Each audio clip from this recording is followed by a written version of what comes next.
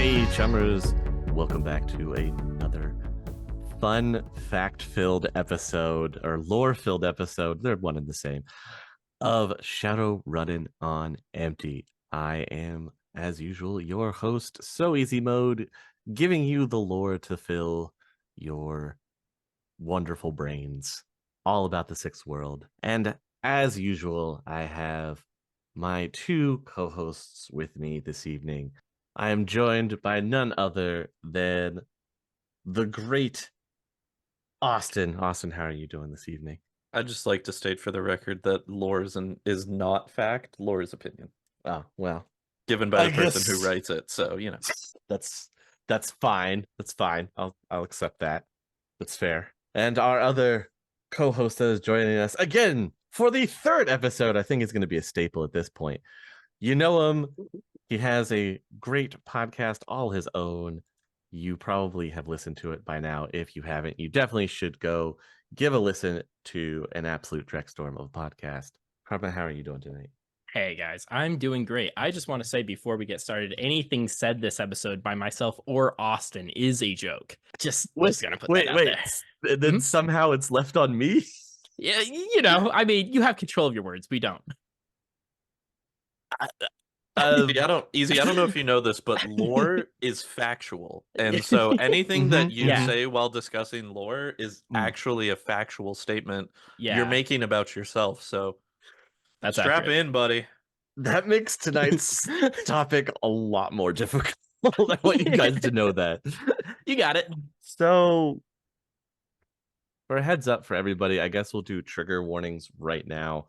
This is not going to be a wholesome episode, per se. We'll be talking about a special poly club that is loosely tied to Humanis and is seen as one of the worst terrorist organizations to ever exist in the Sixth World. You may have heard of them. We have hinted about them and danced around them for quite some time. And I am referring to none other than the infamous Alamos 20K. Now, this is the Texas-based version of Warhammer 40,000, correct? No. You okay. don't get to ye before you haw. Oh, that's terribly sorry. They might still get to. Let's wait till we get to it before we make declarations like that. Let's see what we get to beforehand. This is gonna be real rough. So I guess the best place to start would be explaining a few things, especially for new listeners that may be coming on that don't exactly know all the terminology that is thrown at you in the Sixth World, because there's a lot of it. So I guess we'll start with, what is a poly club? Well, when a group of men and women decide that they want to be in a couple or relationship together. It's a different kind of poly. Oh, okay, my bad. Yeah. See, this is why we do this, so people know.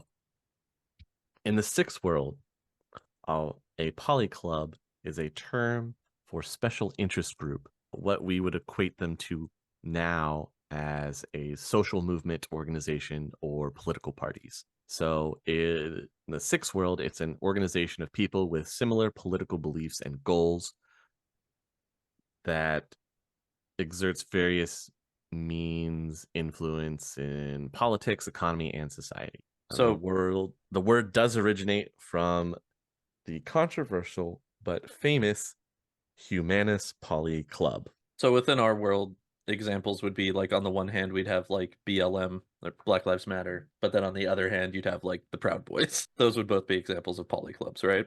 Yes, those would be examples of poly clubs. Okay. Yes, and we get the term from the Humanis Poly Club, which brings us to our next point. What is Humanis? Very simple. In the Sixth World, the Humanis Poly Club is a human supremacist organization, because in the Sixth World, we've moved beyond the color barrier of skin color. There's still little bits of it here and there in the Sixth World, but most of the Sixth World has moved beyond that, because we have metavariant types of humans. You have dwarves, you have elves, orcs, trolls. changelings, ghouls, wendigos, and so you're going to have these biases now. And so Humanis is an anti-metahuman organization that is dedicated to limiting or removing rights from non-human metahumans. And they aren't just one group. The Humanis Poly Club is an umbrella kind of group that has hundreds of different variations, all kind of working for the same goal of removing metahuman rights, being human-centric, humans first. That's their political leanings, that's their goals, that's their view on the world. It's not great, but it exists in the sixth world. And that brings us to our topic for the evening, a specific Humanis group called Alamos 20,000 or Alamos 20K. So background, I guess that's where we're starting here. Alamos 20,000 is a terrorist organization that focuses on anti-metahuman agendas. What they usually do is bankroll and execute large-scale terrorist acts against metahumans. Big surprise. They do have an Illuminati type organization with several quote-unquote key members, and we will talk about each one of these key members, and personal agendas that split into various cells, and these are all based off of the key members. The name of the organization is apparently in reference to the Great Ghost Dance attack, which caused Redondo Peak to erupt. Since Los Alamos, New Mexico, sits at the foot of Redondo Peak, the sudden and massive eruption would have wiped out virtually all of the city, which had a population of approximately 20,000. Okay. I was wondering what the naming convention was coming from. Wasn't because Alamos was also where they did the nuclear testing, right? In New Mexico? I think so. In our reality. in our current timeline, yes. Somewhere in the Nevada, New Mexico desert area, I think bordering in there maybe somewhere is where a lot of the nuclear testing sites were done. Where we first tested the bomb. Alamos 20K comes into the public light 2 hours after a napalm strike on New Visions, Ohio. Oh, it's Ohio. They deserve it. Why does Ohio deserve it? You wouldn't understand. You're too old. It's all right. Don't worry about it. I'm confused. Okay. That's all right. I'm like the mid-range here, and I also feel like I don't understand why Ohio would deserve it. It's okay. It's a young generation thing, you know. Don't worry about it. The only thing I know about Ohio is that it's for lovers. I don't understand why that would deserve them a napalm strike. Well, I don't know how I could possibly explain it. If I'm being honest, it's just kind of one of those things. It just happened. It's just one of those things. Like this, my generation. Oh God, I hate that. My generation, just kind of has it out for Ohio. You know, it's kind of the thing. It's just kind of the thing. I guess everybody's got their one place. Hey, right? every generation has their default punching bag. Ours was Florida. You guys get Ohio. I get it. That's fair. This napalm strike happens on June 23rd of 2036, and this is a following quote that was released to major news media organizations. Quote, "We are the real man the orc scum lovers wanna keep down but can't. They're gonna die and burn in flames with a Z." That's flames with a Z. "Like in hell, like God's seed," SED, seed. "All demons gonna burn. Oh, yo, just the beginning. It's the bomb made them. The big bomb, like the fraggin' engines got a bomb too, and they give it to the engines, so they gotta burn like in hell. 20,000 soldiers all got flaming swords like angels, and the orcs and elves and other meta scum all will burn like in, oh yo, we are Alamos, like the bomb come from. I'll remember the Alamos 20,000. I mean, at least they're using the End cool quote. flames with a Z. Yeah, I mean, they're kind of cool. There's lots of letter switches in there, like swords ends with a Z. Angel, it's spelled ANJELZ. Angels. Yeah, those angels. Also, orcs is ended with a Z, and so is elves. As elves, they end it with a Z. Did they at least do the correct spelling of pluralization of elves, or did they just put ELFZ? ELFZ. God, those lazy bastards. What if do you're you gonna want write from a them? manifesto, at least use correct pluralization. All right. I don't know if this was a manifesto. This was just like a coming out quote. That's a manifesto. They told you exactly what they're gonna do and their intention. That is kind of a manifesto. They're manifesting, my guy. I feel like you need pages, not just a little blurb. No, real manifestos are pages. Yeah. They're big phonies with their 1-page single space size 10 font manifesto. It was probably actually just a recording.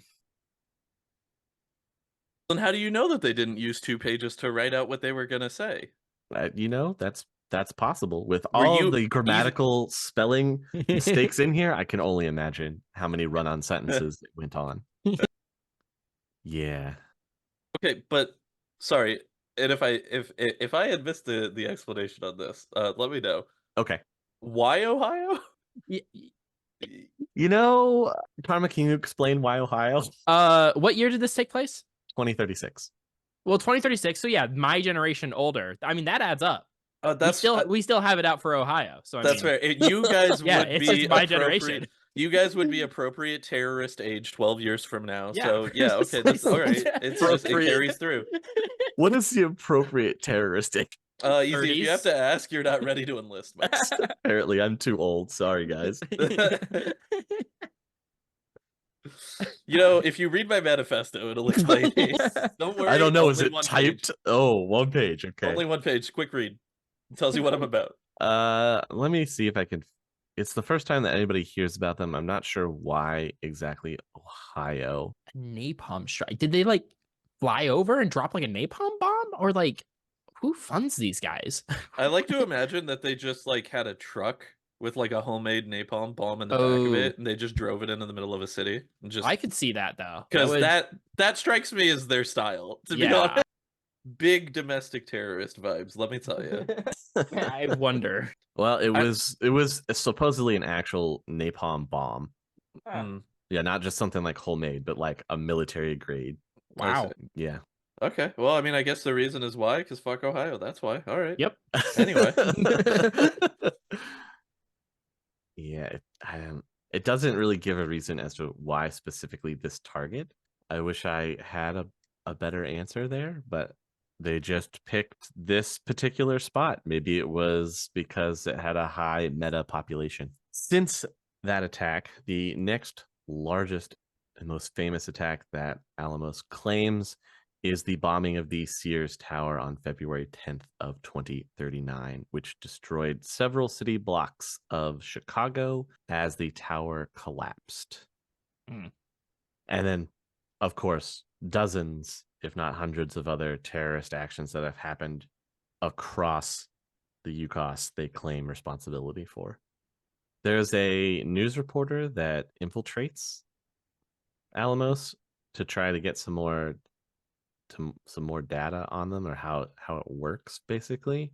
One of the responses from a corrupted data file is, as a woman, you have to give the free human crowd this. They're equal opportunity Nazis. A woman who fits their profile is as welcome as a man. Progress. Yeah. I mean, at least they're good in one area. See, I told you, we're crossing boundaries and entering into new boundaries. Good job, society. We just dropped one hate for a new one. Did we really change? Whatever. Yeah. So the big reveal for Alamos happens in an upload to Shadowlands in 2057. This identifies the central executive, 5 people who are allegedly the shadowy leaders behind Alamos 20K. Before we dive into it, I out of curiosity, Karma. Okay, I'm worried. If you had to guess what the names of the leaders of Alamos 20K would be. Oh boy. What would your guesses be? Okay, how many are there? 5. 5. Okay. So I'm thinking they're all probably going to be like I'm feeling, right? Maybe not, but I'm feeling they're all going to be like Texas white older male kind of names, you know. If I'm not mistaken, easy, they're titles. Don't they go by titles? Yeah, like it's technically titles. Okay, titles. Huh. Okay. Well, I feel like the Grand Wizard might be in there. Okay. But maybe not. Okay. Maybe some variant of that. Let's see what else is there. I think what else is maybe like I see like someone being named like Supreme something or something like that. Like that kind of sounds racist. What else we got? I'm trying to think of racist titles. I can't say I'm too experienced in this regards, thankfully. I'm proud of you for not being very experienced. Yeah, they're called the Keys or something like that, right? No? Okay, well, I don't know. What am I thinking of? Okay, whatever. Well, Keymaster kind of sounds cool, so I'm gonna just say one of them's probably the Keymaster. Are you the gatekeeper? What else is racist-y? I'm the Keymaster of Gozer. I'm blanking on the last 2. I got nothing for those 2. Nothing? Okay. Well, sadly, you are pretty far off. Oh, well, I mean, all right, I tried. I know. So, from the actual file that was released to Shadowlands, the quote here from the file is, while there are hundreds of independent racist organizations, a hardcore of front groups is run from behind the scenes by Alamos 20K. They're led by a coalition of 5 powerful individuals, each with a personal agenda aimed at dominating or possibly exterminating the metahuman races. They may even intend to wipe out the entire range of awakened sentience, which would include like wendigos and dragons and the like, free spirits. This coalition is called the Central Executive. It was formed during the days before the Night of Rage. Instead of an active terrorist organization, it became a network acting through a web of a web of cutouts and front groups, but always directing its efforts towards, quote, the struggle, an inevitable war for supremacy among the races of man. Racism is rife in the Central Executive, and this tendency extends through all the organizations directed by Alamos 20K. Now, they've identified 5 individuals. Of course, these could, in fact, be factions. They're not 100% sure. These conclusions are drawn largely based on patterns in their operations, signatures, MOs, fragments from their communications. There may be more than 5. The ones that are described may just be the ones who didn't cover their tracks very well. Or there may even be fewer. Hell, even some of these crazies could alternate styles according to the day of the week. So the first individual from the Central Executive that we'll cover is referred to as the Nazi. Oh, wow. Okay. We're going strong right out of the gate. I didn't think it was so. That's on me. I was thinking like maybe like slightly codenamed a little no, ominous. No, it's just hard balling. All right. We're going hard right out. Cool. So this one, they're pretty sure of. He was wearing the uniform of, quote, supreme leader at their training center. Okay, I was kind of close. I mean, I got a name right-ish. He's supposedly the great-grandson of an SS elite officer. His family apparently coupled Nazi occult beliefs. So they would have been part of what was that specialized group? The Thule Society. If you know your World War II history, the Thule Society was a sect of Nazi higher ups that believed heavily in occultism and magic and other wonderful things like that. And they sought out artifacts or places of power all throughout the war, thinking that this would bring them some kind of mystical advantage. They're the basis for Hydra. Yes, they are. Yeah. Oh, cool. I guess. They have their beliefs combined with neo-Nazi genetics, with weird German occult theories like the stuff produced by Der Thule Gesellschaft back in the last century, meaning what we were just talking about, reaching back to the Thule Society. This take on the secret history of everything colors all of the Nazis' plans and decisions. He seems to think that Homo sapiens were slaves of other races in some fantastic past history, and that even other species like dragons had a hand in this subjugation. Therefore, the awakened must be exterminated or controlled before they can make humans their slaves again. Now, when they say mythical past, they could be referring to the Fourth World, where some of humanity was enslaved by some of the other races. But how they would know that, I have no idea. I mean, could there be a possibility that there's a dragon working with Alamos 20K? That would seem pretty ironic, all things considered. Yeah, that would be very ironic. They would have to appear in human form, and then dupe them somehow. But either them or an elf would be the only ones that would know about Earthdawn, right?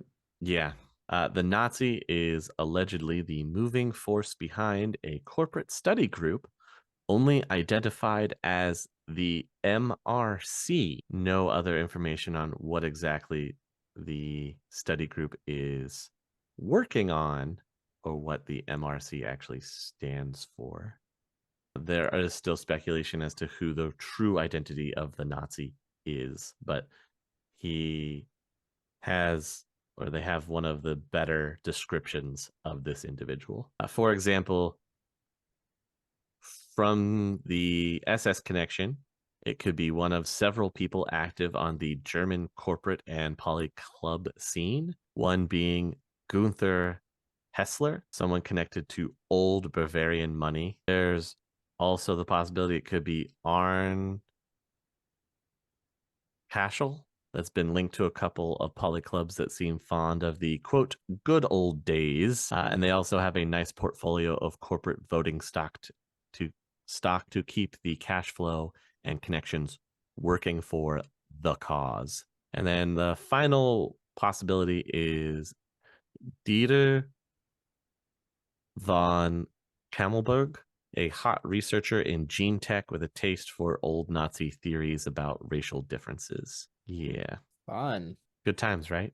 Yeah, right. Love that. It's also hard to get more on the MRC.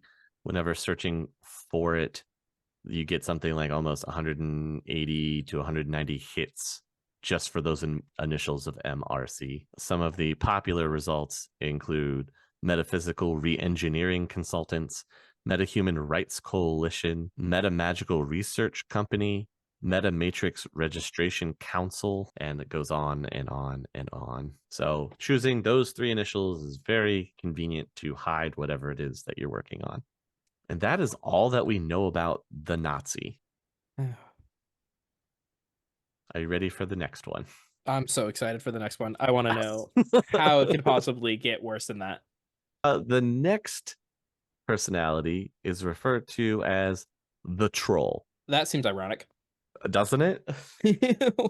No one knows the identity of the Troll. As far as can be determined, it is a member of an old money family from either Boston or New York. It's possible that he went through goblinization early. Oh. Yeah. And then may have become a recluse or shut in because of it.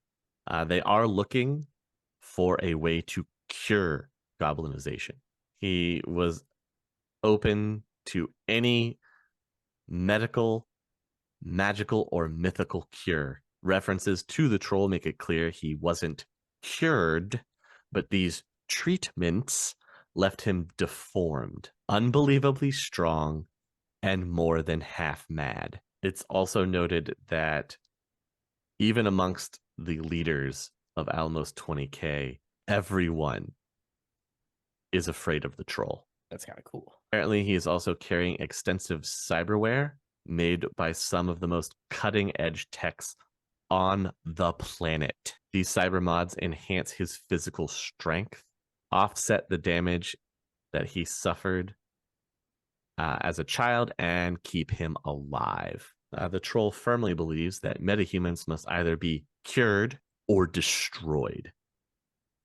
The troll has also funded and networked many of the Humanis polyclubs. So he has to have very deep pockets, whoever he is. Huh. Hey Chummer, just a quick aside, if you are enjoying the episode, be sure to rate it if on audio, or if you are on YouTube, give us a like and subscribe as we are trying to reach our 1,000 subs goal. You can also support us over on Patreon at patreon.com/critical_hits. Finally, if you are interested in taking your tabletop gaming to the next level, check out the episode description for an affiliate link to DriveThruRPG. So the next time you're looking to expand your library and want to help support us, drop that link in. And now, back to the show. So you are correct in that the irony is very real in that a troll is one of the highest paying members of Humanis Polyclub. Yeah, that's rough. Right? Hey, but diversity, right, guys? Yeah, they got that checkbox. Yeah, most people don't have a clue that the troll even exists or that he diverts a lot of these funds into these Humanis groups.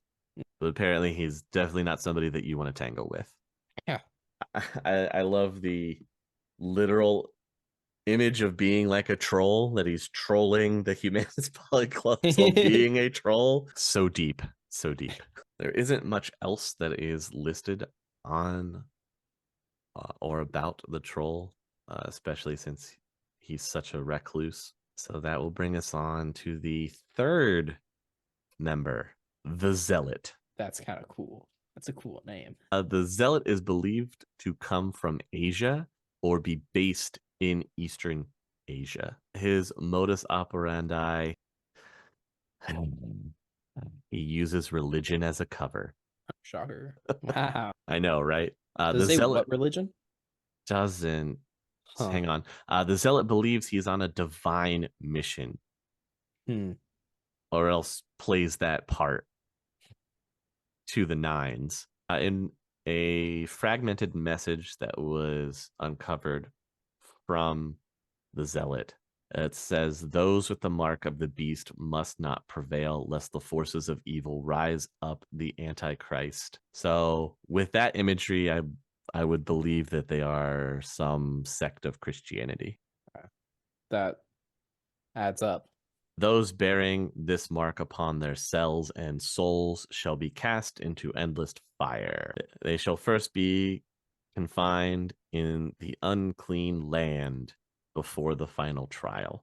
The signature icon is a Chinese pictograph that means son of the first ancestor, which could be or might be a newer cult, one that tries to blend science with religion. The memo does make mixed references to apocalyptic and other symbols from several religions. This gets especially interesting in the light of rumors about the Japanese internment center for metahumans, like in the Book of Revelations, even redesigning those myths to emphasize the heroic humanity of the protagonists. There was an incident where they operated in Hong Kong. A series of charity clinics run by a branch of the ministry helped treat people for a nasty virus that spread through the poorer sections of the enclave. Every metahuman who underwent treatment there has since proved to be sterile. The zealot connected to the Ministry of Mankind, which was exposed as sterilizing metahumans who got sick in the poorer sections of Hong Kong under the guise of treating them to help them feel better. But they don't believe that he could be the zealot, as Zhu Ping is married to an elf. Not just any elf, but a Japanese elf who is trained as a Shinto priestess. So maybe it's a front. Who knows? So to recap so far, since we're 3 out of 5, we've got Nazis, literal troll, and religious tampering. It's a trifecta that we're working with right now. I'm sure it can only get better. Well, we've covered basically military, troll, recluse, rich person, religion. You know where we got to go next. Politics. The next individual is referred to as the Senator. You may remember this name in a previous podcast we had done when we were talking about the New Revolution, and that perhaps the Senator could have been involved with one of those branches of the New Revolution. So the central executive member that is referred to as the Senator is still technically a question mark, as they don't even know if he is a real senator. Or if he is, of which North American government. Well, I didn't vote for him. The senator is at the center of an extensive network of political and corporate connections. He is a high-ranking politician in one of the North American governments, not a chief executive. He works with an organization dedicated to reunifying North America under a single government, which is referred to as the New Revolution. The New Revolution's attempted coup of the UCOS in the wake of Crash 2.0 pretty much put the Senator in the limelight, as it was a failed coup attempt by the New Revolution. This coup attempt was also then later blamed on Alamos 20K, bringing them furthermore into the limelight and officially labeling them as a terrorist organization in the UCOS. So they're no longer able to sit on the side of being a poly club in the UCOS after Crash 2.0. They are officially a terrorist organization. The Senator was believed to have been killed during this incident, as people think that he may have been one Jonathan S. Braddock. Braddock was killed during the counterinsurgency by forces under General Angela Colton's command. That's all we have on the Senator. Final member, the Loon. Loon, like Loon? Yes, like Loon. Oh, okay, interesting. The Loon is a magician, probably based in Nan territory, possibly even a former member of the Sovereign Tribal Council. His modus operandi is obvious. He uses magic in the struggle. He seems to share some of the same fanatical, mythic views of history as the Nazi and the Zealot, even frenzied fanaticism about the mythic history of the Awakened that verges on the insane. Data suggests that this shaman was one of Howling Coyote's inner circle during the Ghost Dance War. More that he and Howling Coyote split over uses of Ghost Dance magic that the Loon proposed, and the prophet of the Nan would not tolerate. Prophet of the Nan being Howling Coyote. When trying to identify the Loon, you would be looking for an old-timer in one of the Nan governments, a veteran of the Great Ghost Dance, who later becomes an opponent of Howling Coyotes on the Sovereign Tribal Council. The Loon may also be someone that was severely agitated by the, quote, betrayal of Nan when Tirtangari was founded. Right? Because the troll and the magic, because they're anti-magic as well, right? or anti-awakened? Well, some of them are. Okay. I thought it was... Shouldn't be picking favorites. I'm gonna stop. Austin, who's your favorite terrorist leader? Whoever the current leader of the Black Lodge is, because they don't know what the fuck they're doing. In 2064, there was a Shadowland post that talked about a news article that came out about one Dr. Dieter von Kammelberg was killed due to injuries sustained in a hit-and-run car crash on January 11th in 2064. This was believed to be the death of the Nazi. However, another news article talked about a man named Dr. Klaus Uwe Heiden, who stepped up to the position of Director of Research at the Metagenics Research Consortium. For those of you that are paying attention at home, that in fact does make MRC.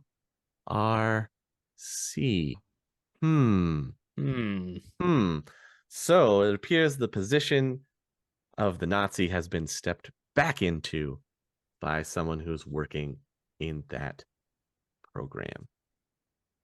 It also is noted that Dr. Klaus is a geneticist who shares Kammelberg's anti-metahuman views. So most likely that's who stepped into that role in the central executive. There are also rumors that Dr. Heiden approached the troll and convinced him that he had the cure the troll had sought for so long. In exchange, the troll would set up the Nazis' death. This allowed Heiden to give the troll all the info he needed to set up the hit. Once the Nazi was dead, Heiden took over the Nazis' faction and power base. And then went ahead with his, quote, cure for the troll. Unfortunately for the troll, the cure either killed him or has incapacitated him. And once that happened, Heiden took over the troll's faction as well.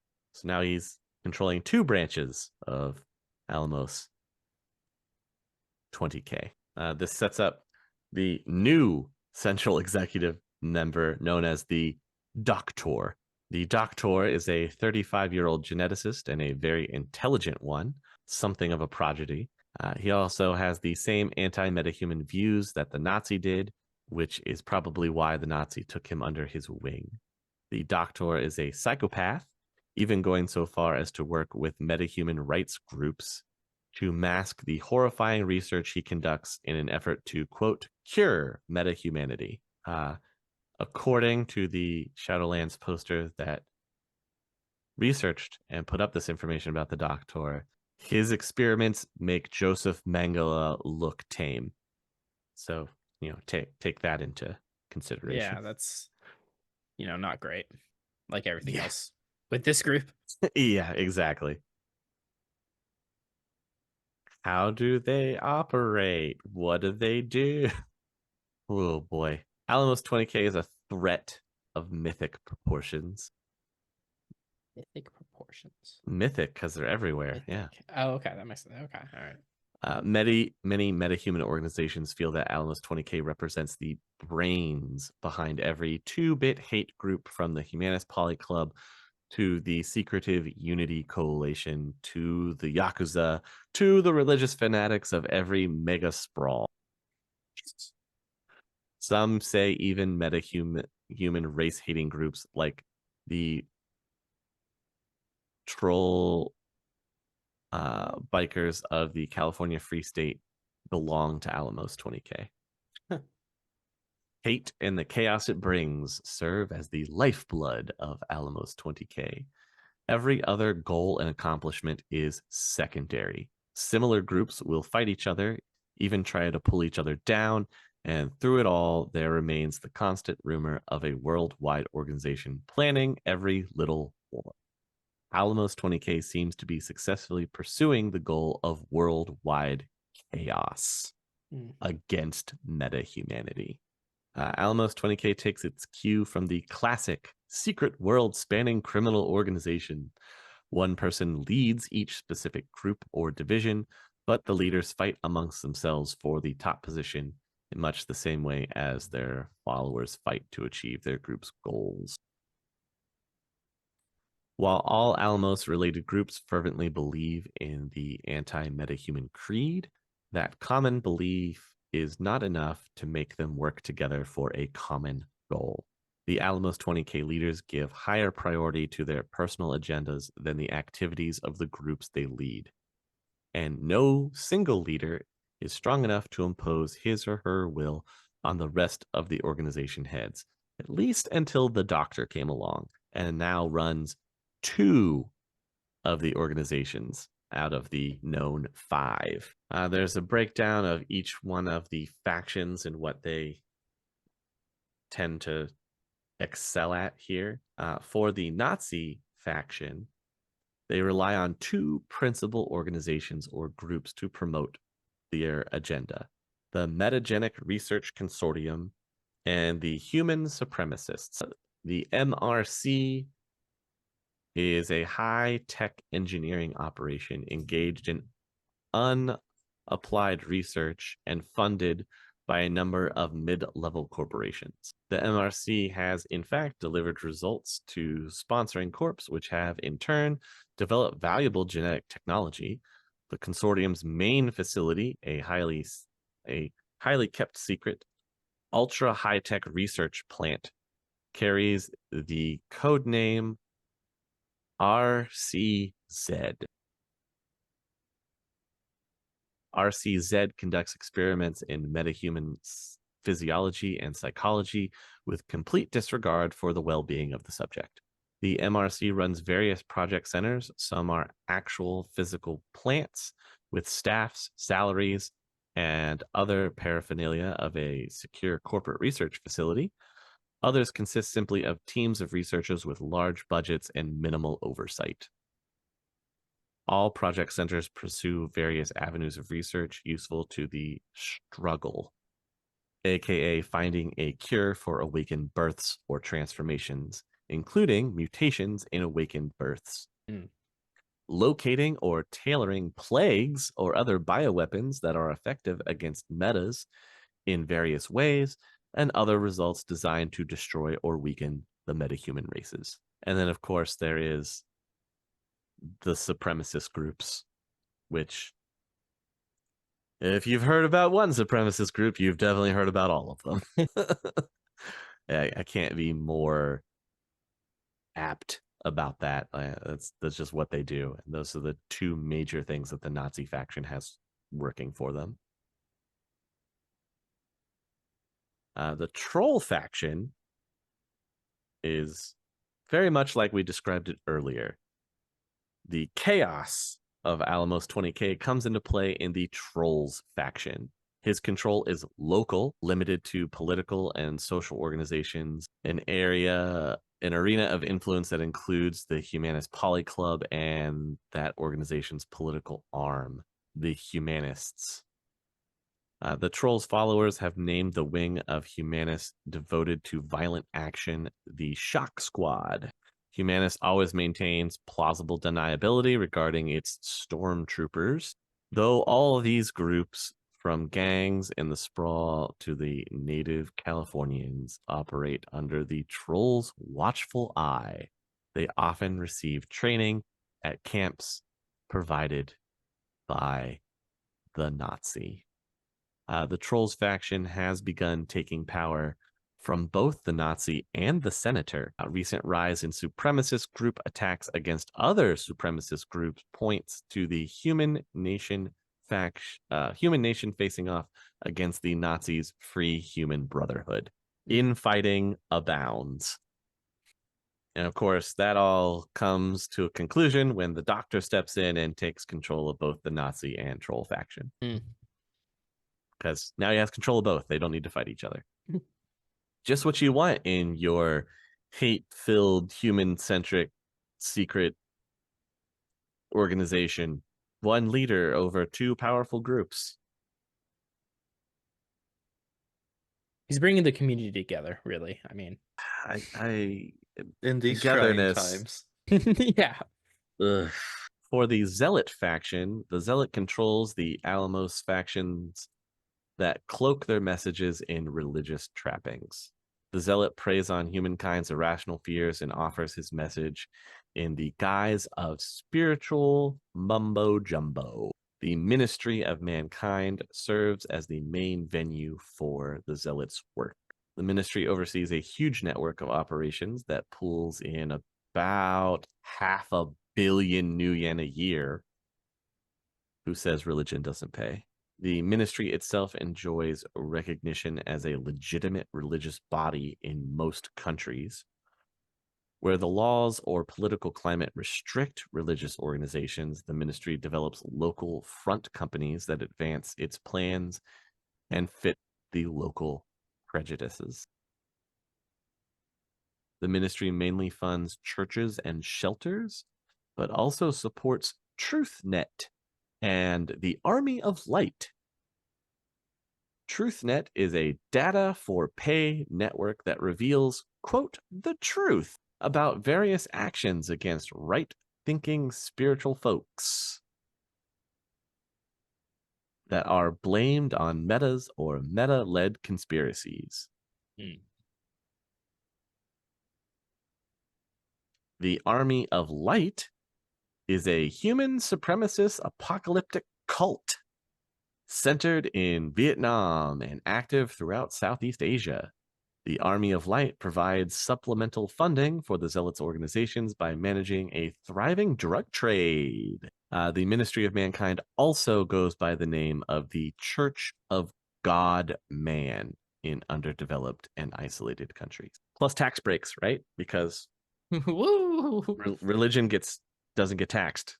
You know, if they just put a comma in there, they'd sound a lot less threatening and probably get a lot more people in there. The Church of God, man.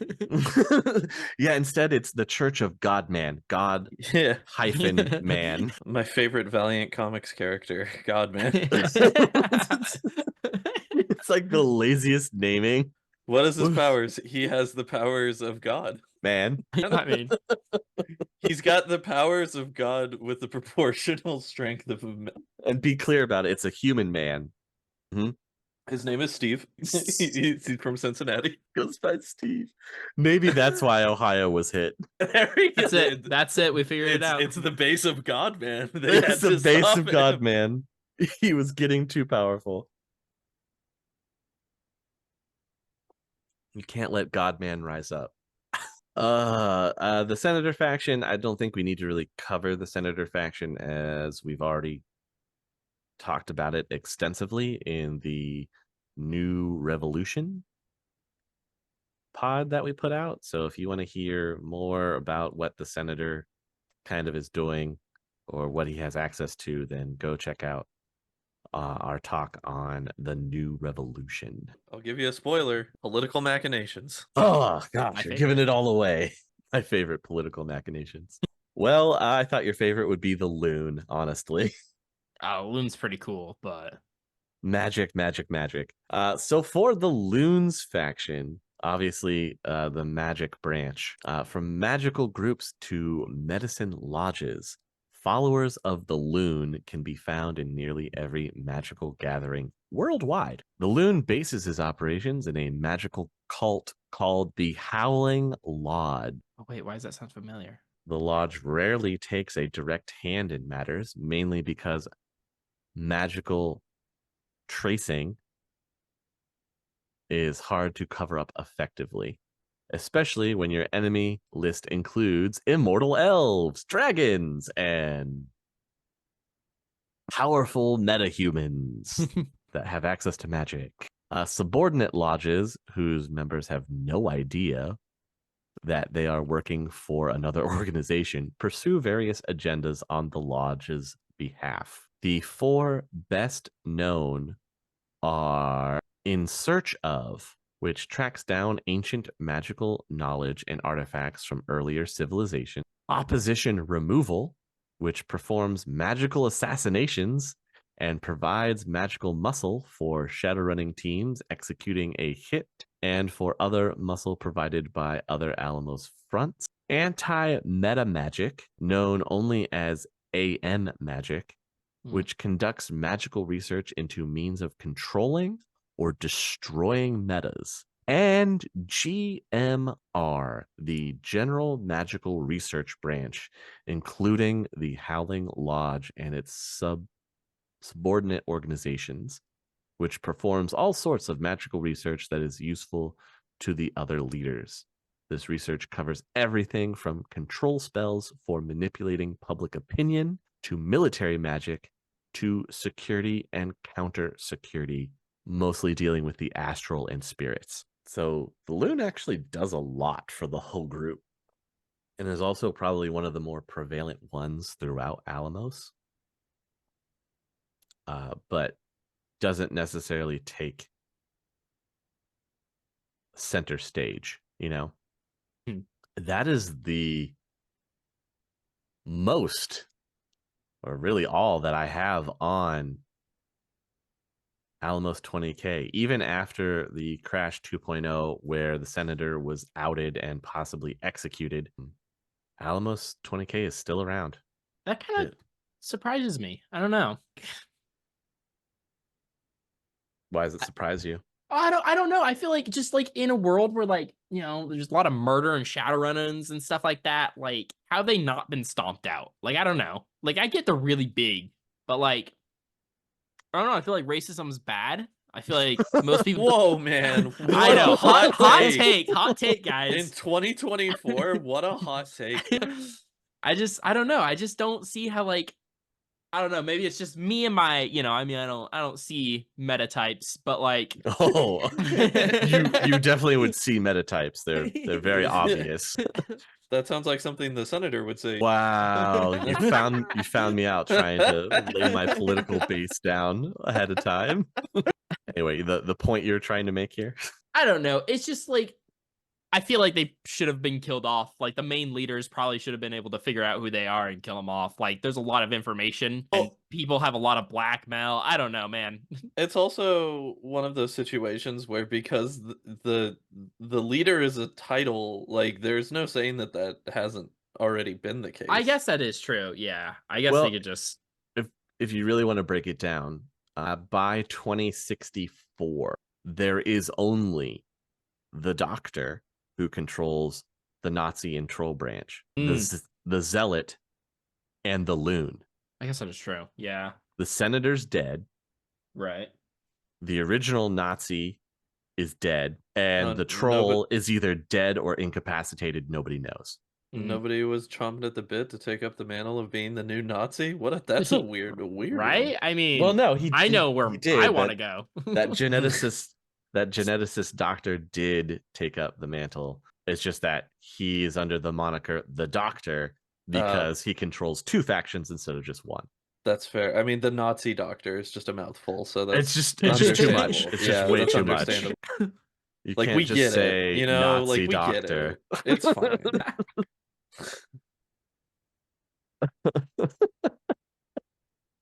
You wanted to be the Nazi Doctor.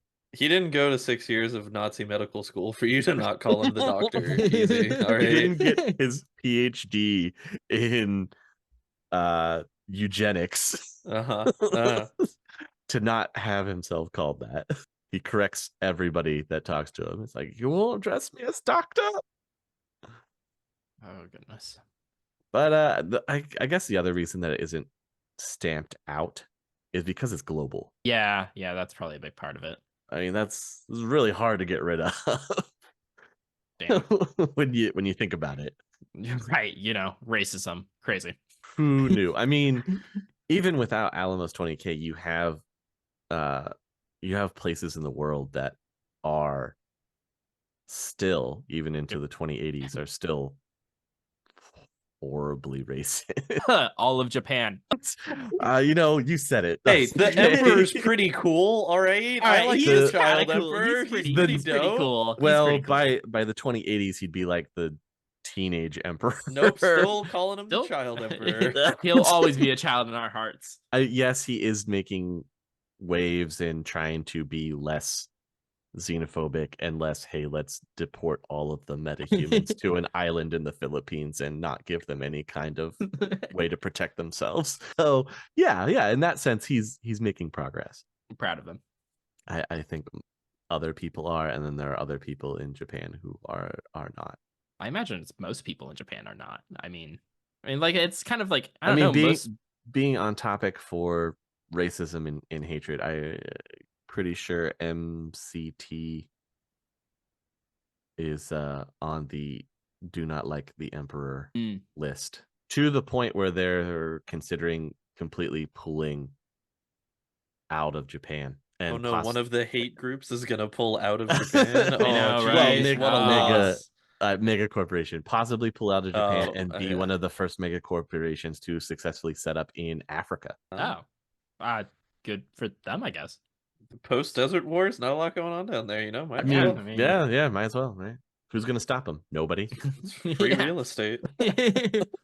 Yeah, basically. But yeah, that, like we were saying, that is one of the big reasons why you're not gonna see them go anywhere. Alamos 20K will be a threat in the side of the Sixth World for the foreseeable future. Thank God, you know. Yeah. So glad they stick around. They're even mentioned in the most recent, one of the most recent Sixth World Edition books, the Falling Point, where I said they're moving some plot points forward. Alamos 20K is named in that book and is still around. Of course. So, you know, I can't get rid of them. But they are at least listed as a terrorist organization in the UCAS. I mean, that's good, you know. Progress. It only took an attempted coup for that to happen, but you know. But we got there. That's really what matters at the end of the day. we made it. Carver, were you disappointed that they didn't have the cool names like the Grand Wizard? Honestly, a little bit or something. A little bit, but you know, I mean, they started strong with the Nazi. I'll give them that, and the doctors sounded cool. Started real strong. So we usually enhance. You know where I'm going with this. Okay, calm down. We usually enhance the lore a little bit on podcasts. You know, we make our own gangs and ideas and whatnot and everything. And I'm going to do this. If you had to add your own moniker onto Alamos 20K. Oh my God. What would it be? Carver, what's your flavor? What's your favorite flavor of racism, my guy? Oh my God. Oh boy. This is a really hot take. I feel like they don't. Maybe I don't think so. I might have missed it, but like they don't have like a technology based branch, kind of like a. No, I feel like they could go with a technology based, maybe like if they're like you know, meta-human or you know, meta-human's bad, humans are better, so let's like cyber the fuck up to be better than them anyways, you know. I don't know. I feel like that would be kind of cool. What would you call your I think like you've got like, the Nazi, the senator, the right. What would you call that faction? I want to go with like the machinist. I think that sounds kind of cool, but that might be too. What about just the machine? The machine, you know what? Actually, machine. Yeah, I like that too. You could be the Bert Kreischer of racism. Yeah. Oh goodness gracious! All right, Austin, what's yours? Oh man, I would probably make a faction that would be based off of footwear supremacy. I like it. And it would specifically target anybody who wasn't wearing Crocs in the Sixth World, just to be the most obnoxious that we could possibly be. And the title would be the Crocerator. The Crocerator. You sound like a discount Batman villain. You want to be called the Croc. This is the Croc we have at home. Killer Croc? No, I'm aggressive alligator. The Wish.com version. Oh my God. I am a legally distinct villain. Thank you. Legally distinct. I'll not have you trademarking my name. Thank you. Oh, I guess I'm up. Yeah, what you got, Easy? Oh God, I don't know. You know, I wanted to go with, I don't know why I'm thinking in this vein. I wanted to go with the Vizier, right? Ooh, okay. For the moniker, but in the sense that I'm an advisor, right? Whispering the secrets in your ear type influence, like a Jafar character. That's what I'm going for here. Okay. Yeah, so I would try and I guess take influence from the zealot and the senator, and Right. oh, and then I have to get a red parrot that sits on my shoulder too. Right. I mean, that's just, trademark. I mean, you got it. I mean, if you're going to lean into it, lean hard. Oh, goodness. And I'm constantly wasting my resources on trying to find the lamp.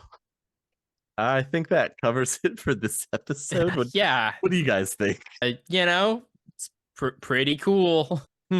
Your words, not mine. Remember, I am not. You're in charge of your own words. We said that at the beginning of the podcast. So touche. You got me there. I believe checkmate is what I'm hearing. So you guys, thank you for hanging out with us this evening. I hope this has been somewhat entertaining as we talk about a really tough subject, especially with this organization. But they're out of the way, so only fun shadowy organizations from here on out. Yep, definitely. We'll get to the wholesome content here soon. I honestly don't know where that fits in the lore. I honestly don't know either. I don't think there is any. I'll be honest with you, man. I don't think so. But with that, you guys, thank you for hanging out with us. Again, I hope you have had a good time this evening. And as always, we will catch you on the next one. The Topps Company Inc. has sole ownership of the names, logo, artwork, marks, photographs, sound, audio, video, and/or any proprietary materials used in connection with the game Shadowrun. The Topps Company Inc. is granted permission to Critical Hits to use such names, logos, artwork, photographs, sound, audio, video, and/or any proprietary materials for promotional and informational purposes on its website, but does not endorse and is not affiliated with Critical Hits in any official capacity whatsoever.